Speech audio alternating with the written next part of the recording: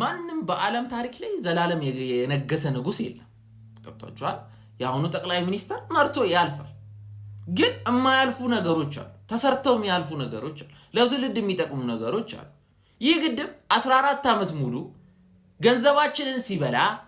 ያ ባለስልጣን ኪስ ያደለም መኒ ላውንደር ሲደረግበት እንደው ተደርምሶም እንደው በለብለብ እኮ ነው የተገነባው ጉድ ሳያደርገን ጠቅላይ ሚኒስተሩ ጨረሰው አሁን ምንድነው የምታለቃቅሱት አንዳንድ ሰዎች እንዴ ምን አሁን ምንድነው ችግራችሁ ግን ማለት መንግስት መቃወማችሁ ነው እንደዚህ ነው የምትቃወሙት ማለት ምንድነው አኔ ከመንግስት ጋር ምን ያገ ሰውም ደግሞ ከናንተ ማልፋችሁ ሰው ግድቡ ተመረቀ ደስ ሲል እግዚአብሔር መቼም እንደዚህ አንለወጥም ይሄ ግድብ እኮ ማለት በአብይ አህመድ አይደለም የተጀመረው እሺ በጃንሆይም አይደለም የተጀመረው እላ ሄደ አምደ ጽዮን ድረስ ነው የምትሄደው እና አምደ ጽዮን ሊገድቡት ሞከረው በጎርፍ ተጥለቅልቀዋል እነ ዳዊት እነ ዘርዓ ያዕቆብ የሞከሩት ነገር አልሳካም አላችሁ የተሻለ ትውልድ መጣ አፄ ኃይለ ሥላሴ እኛ እንችልም አቅምም የለንም ስለዚህ የሚመጣው ትውልድ ይገነባዋል መለስ ዜናዊ መጣ ከቻሳለ ጠቅጠቅ አረጋት ግን ሞተ አረፈ ሰውየው አለመታደሉ ነው ከዛ መጣኸኛው በመሃል እስኪደራጅ ተጠበቀ ወዲያው ጠቅጠቅ አርጎ ጨረሰ በቃ ደስ ይላል ይሄ የትውልድ መቀባበል ይባላል ይሄ ማለት ከሀገር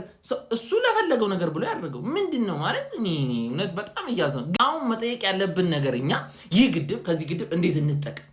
ኤሌክትሪክ ለምንድነው ማይቀንሰው ጭራሽ ይጨምራል እንዴ አባይ ግድብ ሲገደብ እንዴ ታገኛላችሁ ይለን አይደለም እንዴ ቦንዴ ገዛ ነው የሚል ጥያቄ ነው መቅረብ ያለበት ኤሌክትሪክ ሊረክስ ይገባል ፋብሪካዎች ተገንብተው በኤሌክትሪክ ኃይሉ ትላልቅ ፋብሪካዎች ሊንቀሳቀሱ ይገባል ወደ አሳ ምርት ወደ እርሻ ደግሞ ንግባ ሌሎች ወንዞቻችን እንዳለ እየሸሹን ወንዞቹ ወዴታ አባታችሁ ነው የምትወጡት ይያለ እያነቅን ገና በግድብ እንዴ አጥረን ይውላችሁ ገና ወደ እርሻ ቆይን ይሁላ ወንዝ ይሁላ ውሃ ያለን እንዴት እንጠማለን እንዴት በድርቅ እንመታለን ሰዎች በጣም እኮ ምናሳዝብ ህዝቦች እኮ ነን እውነት እንደዚህ ነገር ላይ እንኳን አንድ ግብጾች ስታስቡት በአባይ ጉዳይ ላይ አንድ ማይሆን ይመስላል ይዋቸው እስቲ እንዴት እንደሚያለቃቅሱ እንዴት ደስ እንደሚሉ ምርጥ እግዚአብሔር እንዴ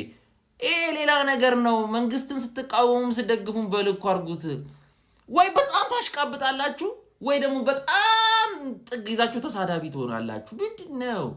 መሪ ያልፋል ሰው ተራ ነው ሀገር ነው የሚቀጥለው እንዴ አረ በኢትዮጵያ አረ በእናታችሁ ኢትዮጵያን ወዳችሁ ከሆነ በተለይ እውነት ኢትዮጵያ አትምጡ በእናታችሁ በቃ ኢትዮጵያ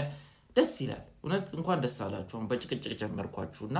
እንኳን ደስ አላችሁ ወንድሞች